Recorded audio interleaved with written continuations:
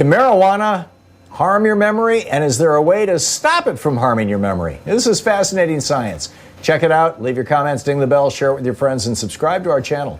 The British Journal. Well, actually, I'll get to the British Journal of Psychiatry in just a moment. The first piece here is a collection of studies that were published over at Nature.com in the Nature News, and the headline on this one is "How Marijuana Makes You Forget."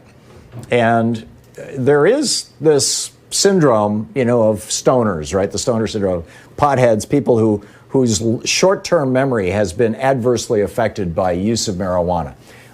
Whenever you smoke, it can happen, and if you smoke a lot over a long period of time, or vape, or take edibles, or whatever, over a long period of time, it has been documented that it will hurt short-term memory. And they wondered what the mechanism is. So now they've found it. This is an absolutely fascinating study, and it has to do with astrocytes. I hope I'm not mispronouncing that. astrocytes. These are star-shaped cells that they used to think just were physical support for the neurons in the brain, specifically in the hippocampus, which is where short-term memory all happens. And what they found, though, is that these astrocytes have receptor cells on them for cannabinoids. They're called CB1 receptor cells. So pot gets in there, or THC gets in there, tetrahydrocannabinol, the active ingredient in marijuana, gets in there and makes these cells actually reduce the activity of the neurons around them, of the synapses. As they said, using microelectrodes planted in the brains of anesthetized rats, the researchers found that the compound weakens the connections or synapses between neurons in the hippocampus, a structure crucial for memory formation. They repeated these experiments in two types of mice that had been genetically modified to alter their production of the CB1 receptors, the cannabinoid receptors, and they found that it didn't cause memory problems with them. It did with the mice who had the receptors. Bingo, that's the problem. So then the question is, what do you do about it? Well, this was followed up by a study that was published in the British Journal of Psychiatry. The title is Impact of Cannabidiol on the Acute Memory and Psychomimetic Effects of Smoked Cannabis, a naturalistic study. And basically what they did is they tested the group and the control group were each 134 people.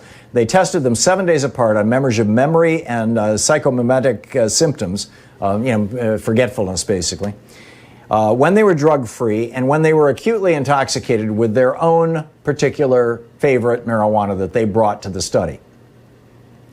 And what they found was that and then they took saliva and samples of the actual marijuana and measured it to see what was in it. And what they found was that the people who were smoking pot that had high levels of CBD, what's called cannabidiol, CBD, did not have the memory damaging effects or loss effects of the people who smoked pot that had very little CBD. And they were like, whoa, how does this happen? And this is the study. They say, unlike the marked impairment in prose recall, they were asking people to memorize pieces of a Shakespeare thing.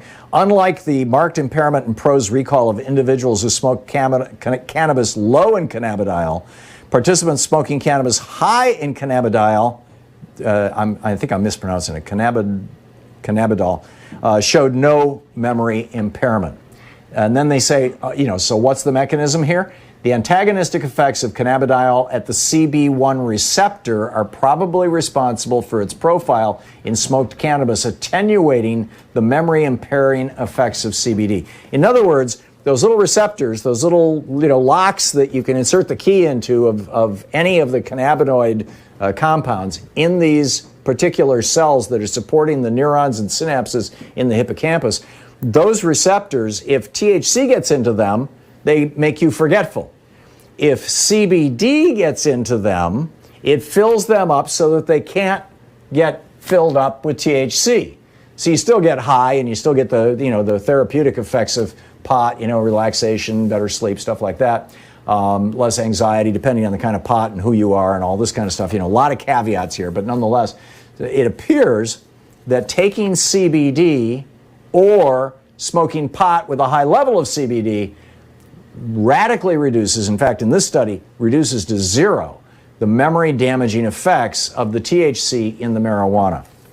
So I just read an ad in the last break for one of our sponsors, cbdistillery.com, and they sell, a 30 milligram CBD capsules. And I've been taking them just for sleeping, but I occasionally smoke pot, and I'm going to start taking them before I smoke pot and see what happens, and see if that might mitigate or make my brain clearer or something like that. I mean, my brain seems to work just fine as it is, but when you have smoked pot, it is a little. I'm going to be doing this experiment. I think it's fascinating, and these back-to-back studies, I think, are absolutely fascinating as well. Anyhow, so much for Geeky Science. It's Anything Goes Friday. We'll be back with your calls right after this break. We're hitting 28 minutes past the hour.